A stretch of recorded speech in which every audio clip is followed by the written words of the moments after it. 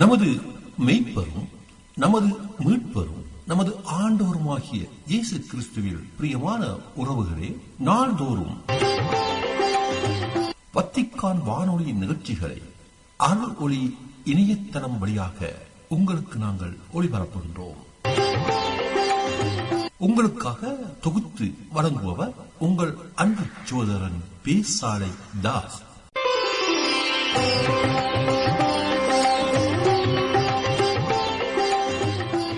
லௌதேத்தூர் இயேசுஸ் கிறிஸ்துஸ். இயேசு கிறிஸ்துவுக்கு புகழ். தமிழ் கூறும் நல்லுலகில் வாழும் அனைத்து அன்புள்ளங்களுக்கும் வத்திக்கான் வானொலியின் வணக்கம். இறைவன் உங்கள் உள்ளத்தையும் இல்லத்தையும் தன் அன்பாலும் அருளாலும் அமைதியாலும் இன்றும் என்றும் நிரப்புவாராக.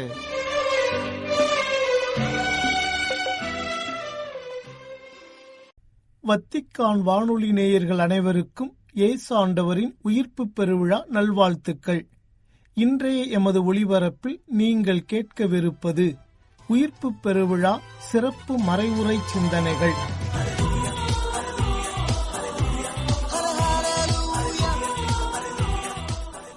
வழங்குபவர் அருள் பணியாளர் எஸ். அருளானந்து, தஞ்சை மறைமாவட்டம். உயிர்த்தார் இயேசு உயிர்த்தார், அவர் சாவை வென்று உயிர்த்தார். உடைத்தார் இயேசு உடைத்தார், அவ அடிமை தலையை உடைத்தார். அல்லேலூயா நாம் பாடுவோம், அல்லேலூயா அல்லேலூயா அல்லேலூயா நாம் பாடுவோம், அல்லேலூயா அல்லேலூயா.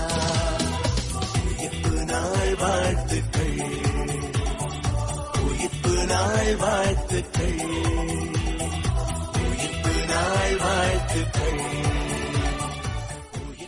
இறைத்தந்தையின் ஒரே திருமகனாகிய நமது ஆண்டவர் இயேசு கிறிஸ்து உலக மானிடர் அனைவரும் மீட்பு பெறும் பொருட்டு தூய்மைமிகு பாடுகளையும் மரணத்தையும் ஏற்று வெற்றி வீரராக உயிர் பெற்றெழுந்த இந்நன்னாளில் அவருக்கு சான்று பகர்ந்து வாழ்ந்திட அன்னையாம் திரு அவை நம் ஒவ்வொருவரையும் அழைக்கின்றது. இன்றைய நாளில் உலகெங்கிலும் உள்ள வத்திக்கான் வானொலியின் தமிழ் நேயர்கள் அனைவருக்கும் ஆண்டவர் இயேசுவின் உயிர்ப்பு பெருநாள் சிறப்பு செய்தியை வழங்கவிருப்பவர் அருள்பணியாளர் எஸ். அருளானந்து. தஞ்சை மறைமாவட்டத்தைச் சேர்ந்த தந்தையவர்கள் தற்போது தச்சன்குறிச்சி தூய விண்ணேற்பு அன்னை ஆலயத்தின் பங்கு தந்தையாக பணியாற்றி வருகின்றார். இம்மறைமாவட்டத்தைச் சேர்ந்த தரங்கம்பாடி, சீர்காழி, சிதம்பரம், முத்தாண்டிப்பட்டி, பாதிரக்குடி, தண்டேஸ்வரநல்லூர் போன்ற இடங்களில் பங்குத்தந்தையாக சிறப்பாக பணியாற்றியவர்.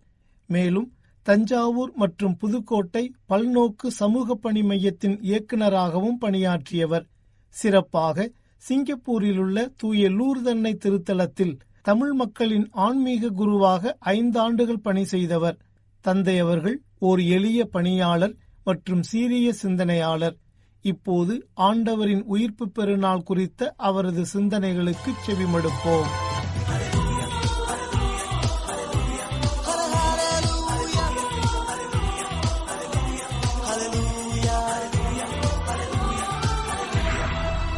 கள் உறங்கியது, கவி உறங்கியது, புல் உறங்கியது, புவி உறங்கியது, கடல் உறங்கியது, காற்று உறங்கியது, ஏன் இயற்கையே உறங்கியது. ஆனால் கடவுளின் கருணை அன்பு உறங்கவில்லை. எனவேதான் ஆண்டவர் உயிர்த்தார், மீட்பின் வெற்றியை கொடுத்தார். அல்லேலுயா. இறை இயேசுவில் பிரியமானவர்களே, உங்கள் அனைவருக்கும் உயிர்த்தாண்டவரின் உயிர்ப்பு பெருவிழா நல்வாழ்த்துக்கள்.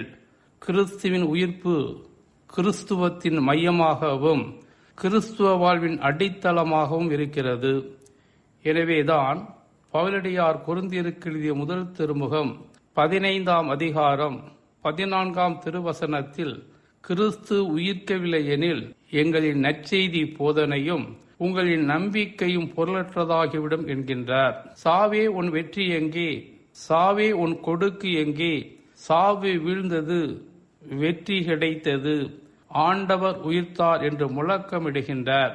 உயிர்த்தாண்டவர் மரணத்தை வென்ற மாணிக்கமாக, இருளை ஒளித்த சுடரொளியாக, பாவத்தை போக்கிய இரட்சகராக, துன்பத்தை துடைத்த அருள்கடலாக, வாழ்வை கொடுத்த வள்ளலாக ஆண்டவர் இயேசுவின் உயிர்ப்பு விளங்குகிறது.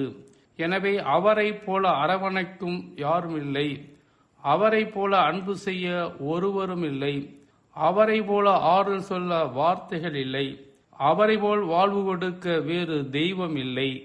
காரணம், அவரே எல்லாருக்கும் எல்லாமாக இருக்கின்றவராக இருப்பவர். நம் நம்பிக்கை அவரே, நம் வாழ்வும் அவரே, அவரே நம் மீட்பு, எல்லாம் அவரே. எனவே நம் ஆண்டவர் இயேசுவின் உயிர்ப்பு பெருவிழா நம்பிக்கையின் விழா, மீட்பின் வெற்றி விழா, அமைதியின் விழா, மகிழ்ச்சியின் விழா என்றால் அது மிகையாகாது. ஒரு முறை பேராயர் புல்டன்ஷின் ஆப்பிரிக்கா பயணம் மேற்கொண்ட போது ஒரு தொழுநோயால் பாதிக்கப்பட்ட பெண்மணியை சந்திக்க நேர்ந்தது. அப்பெண் தொழுநோயின் கொடுமையிலும் அவளின் முகம் மகிழ்ச்சியில் திளைத்திருப்பதைக் கண்டு ஆச்சரியப்பட்டார். அப்பெண்மணியை பார்த்து, உங்கள் மகிழ்ச்சிக்கு என்ன காரணம் என்று கேட்டபோது அவள் கூறிய வார்த்தைகள் அவரை அதிர்ச்சி நிறைந்த மகிழ்ச்சிக்கு இட்டு சென்றது. நான் இறந்த பிறகு ஆண்டவரை நான் சந்திப்பேன், அவர் என்னை அழகான மேனியோடு என்னை உயிர்த்தெழச் செய்வார் என்ற வார்த்தைகள் நம்மை சிந்திக்க வைக்கின்றன.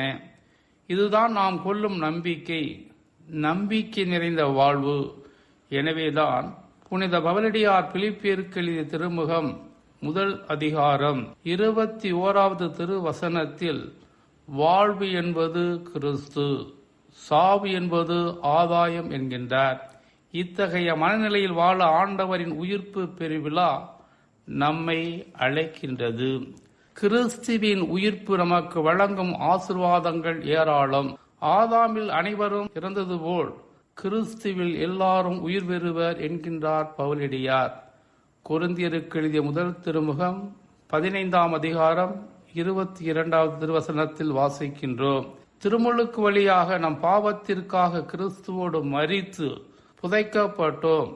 அதே திருமுழுக்கு வழியாக கிறிஸ்துவுக்குள் புது வாழ்வு பெறுகிறோம். இதைத்தான் பவுலடியார் ரோமியருக்கு எழுதிய திருமுகம் 6ஆம் அதிகாரம் 8வது திருவசனத்தில் கிறிஸ்துவோடு இறந்தோமாயின் அவரோடு வாழ்வும் என்பதை நாம் கொண்டுள்ள நம்பிக்கை என்கின்றார். இதையே பவுலடியார் கலாத்தியருக்கு எழுதிய திருமுகம் 2ஆம் அதிகாரம் 20வது வசனத்தில் நாம் வாசிக்கின்றோம். இனி வாழ்பவன் நான் அல்ல, என்னில் வாழ்பவர் கிறிஸ்துவே என்கின்றார்.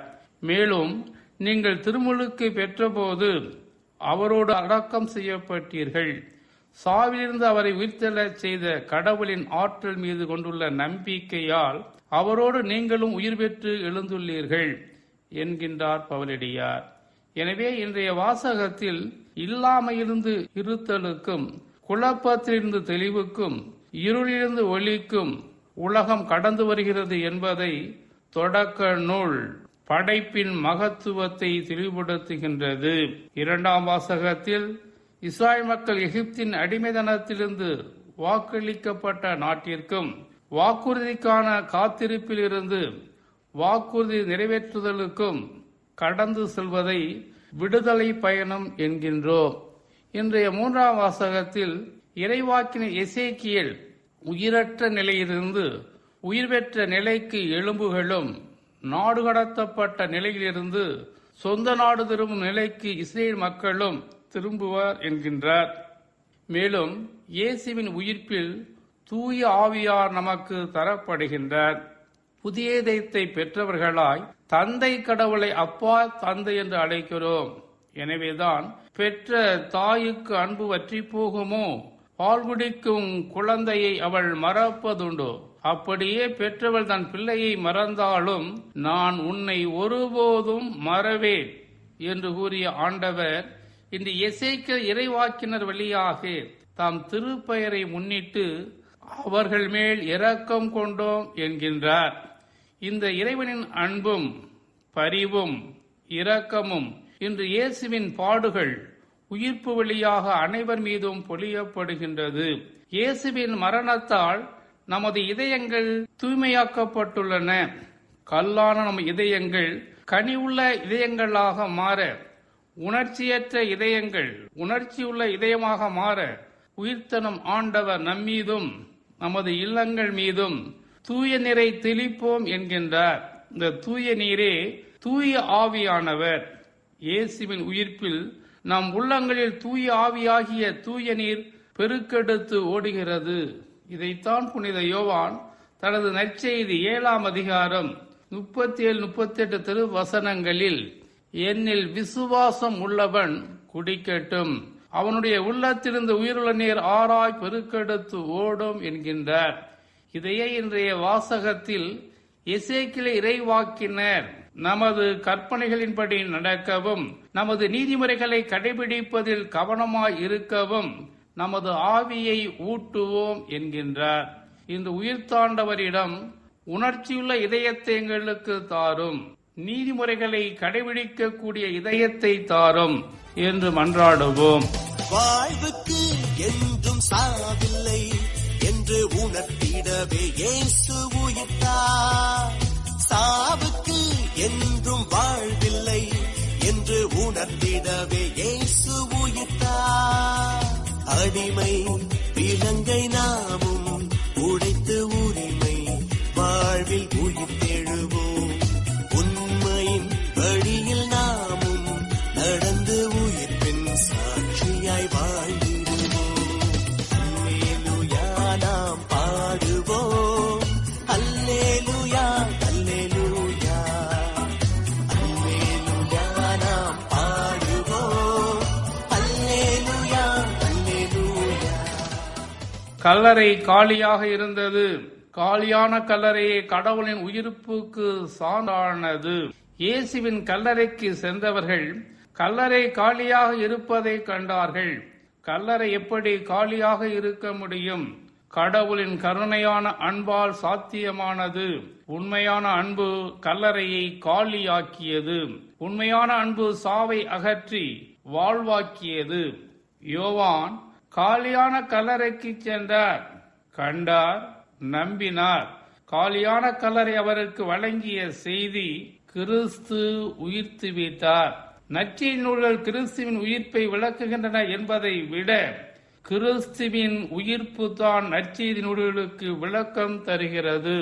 திருத்துதர் பவுல் கொரிந்தியருக்கு எழுதிய முதல் திருமுகம் 15ஆம் அதிகாரம் 14வது திருவசனத்தில் கூறுவது போல, கிறிஸ்து உயிருடன் எழுப்பப்படவில்லை என்றால் நாங்கள் பறைசாற்றும் நற்செய்தியும் நீங்கள் கொண்டிருக்கின்ற நம்பிக்கையும் பொருளற்றதாய் இருக்கும் என்கின்றார். திருத்துதரின் போதனையின் மைய கருத்து கிறிஸ்துவின் இறப்பும் உயிர்ப்புமாகும். இதைத்தான் பேதுரு யூத மக்களுக்கு அறிவித்தார். திருத்துதர் பணி 3:14 வாசிக்கின்றோம், பிறவியிலேயே ஊனமுற்ற ஒருவரை எழுந்து நடக்க வைத்த பிறகு மக்களை பார்த்து கூறியது, வாழ்வின் ஊற்றானவரை நீங்கள் கொன்றுவிட்டீர்கள், ஆனால் கடவுள் இறந்த அவரை உயிரோடு எழுப்பினார். இதற்கு நாங்கள் சாட்சிகள். திருத்துதர் பணி 3:15 வாசிக்கின்றோம். எனவேதான் வல்லமையோடு சான்று பகர்ந்தார்கள். கிறிஸ்துவின் உயிர்ப்பு நம் அனைவரின் உயிர்ப்புக்கு முன் சுவை. இதைதான் பவுலடியார் கொரிந்தியருக்கு எழுதிய முதல் திருமுகம் 15ஆம் அதிகாரம் 13வது திருவசனத்தில் மிகவும் தெளிவாக கூறியுள்ளார். இறந்தோ உயிர்த்தெழ மாட்டார் எனில் கிறிஸ்துவும் உயிருடன் எழுப்பப்படவில்லை. எனவே நாம் அனைவரும் சாக மாட்டோம், ஆனால் அனைவரும் மாற்றுரு பெறுவோம் என்கின்றார் பவுலடியார். இதைத்தான் யோவான் நற்செய்தி 11ஆம் அதிகாரம் 25வது திருவசனத்தில் வாசிக்கின்றோம், உயிர்ப்பும் உயிரும் நானே, என்னிடம் நம்பிக்கை கொள்பவன் இறப்பினும் வாழ்வான் என்ற நம்பிக்கையை உயிர்த்தாண்டவர் நமக்கு தருகின்றார். ஆண்டவரின் இறப்பிற்கு பிறகு பயத்திலும் அச்சத்திலும் அவர் நம்பிக்கையிலும் வாழ்ந்த திரு தூதர்கள் அவரின் உயிர்ப்புக்கு பிறகு பயத்தையும் அச்சத்தையும் போக்கி நம்பிக்கை கொண்டார்கள். திடம் கொண்டார்கள், உறுதி கொண்டார்கள், வலிமை பெற்றார்கள். இதைத்தான் பவுலடியார் பிலிப்பியருக்கு எழுதிய திருமுகம் 4ஆம் அதிகாரம் 13வது திருவசனத்தில் வாசிக்கின்றோம். எனக்கு வலுவூட்டுகின்றவரின் துணை கொண்டு எதையும் செய்ய ஆற்றல் உண்டு என்ற மனநிலையில் துணியோடு நாமும் வாழ அழைக்கப்படுகின்றோம். கிறிஸ்து உயிர்த்தார், நாமும் உயிர்ப்போம் என்ற மனநிலையை பெற வேண்டும். நாம் கிறிஸ்துவோடு உயிர் பெற்று வாழ விண்ணக மதிப்பீடுகளான அன்பு, பரிவு, இரக்கம், நீதி, மன்னிப்பு, அமைதி இவர்களை பின்பற்றி வாழ அழைக்கப்படுகின்றோம். இவ்வுலகில் இறுதி நாள் வரை உண்மைக்கும் பொய்மைக்கும், சாவுக்கும் வாழ்வுக்கும், இருளுக்கும் ஒளிக்கும், பகைமைக்கும் அன்புக்கும் தொடர் போராட்டம் நடந்து கொண்டே இருக்கும். இறுதியில் பொய்மை புதைக்கப்பட்டு உண்மை உயிர்த்தெழும். சாவுக்கு சவுக்கு அடிக்கப்பட்டு வாழ்வு மலரும். இருள் மறைந்து ஒளி உதயமாகும். ஆண்டவர் படைத்த நாள் இதுவே. அகமகிழ்வோ, அக்களிப்போம்.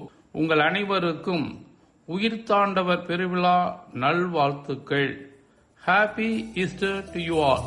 நீதியில் மலரும் இறைவனின் ஆட்சி நிலைத்திடவே இயேசு உயிர்த்தார். சமத்துவ சமூகம் படைத்திட இயேசு சரித்திரத்தில் அன்று உயிர்த்தார். வேதங்கள் ஒழித்து நேயங்கள் வளர்த்து அமைதியில் நாளும் உயிர்த்தெழுவோம். மன்னிப்பில் மலரும் மகிழ்ச்சியின் பகிர்வில் ஒவ்வொரு நாளும் உயிர்த்தெழுவோம். அல்லேலூயா நாம் பாடுவோம். அல்லேலூயா, அல்லேலூயா, அல்லேலூயா நாம் பாடுவோம். அல்லேலூயா, அல்லேலூயா. உயிர்த்தார் இயேசு உயிர்த்தார். அவர் நேயர்கள் இந்நேரம் வரை கேட்டு மகிழ்ந்தது ஆண்டவர் இயேசுவின் உயிர்ப்பு பெருநாள் சிறப்பு செய்தி. வழங்கியவர் அருள் பணியாளர் எஸ். அருளானந்து, தஞ்சை மறைமான் வானொலியின் இன்றைய நாள் தமிழ் ஒளிபரப்பு நிறைவு பெறுகின்றது. உங்கள் செவிமடுத்தலுக்கு நன்றி. வணக்கம். இதுவரையில் நீங்கள் செவியுற்றது வத்திக்கான் வானொலியின் இன்றைய நிகழ்ச்சிகள். மீண்டும் மற்றொரு வத்திக்கான் வானொலி நிகழ்ச்சியில் உங்கள் அனைவரையும் சந்திக்கும் வரை அன்பு விடைபெற்றுச் செல்வது உங்கள் அன்பின் பேசாலை தாஸ்.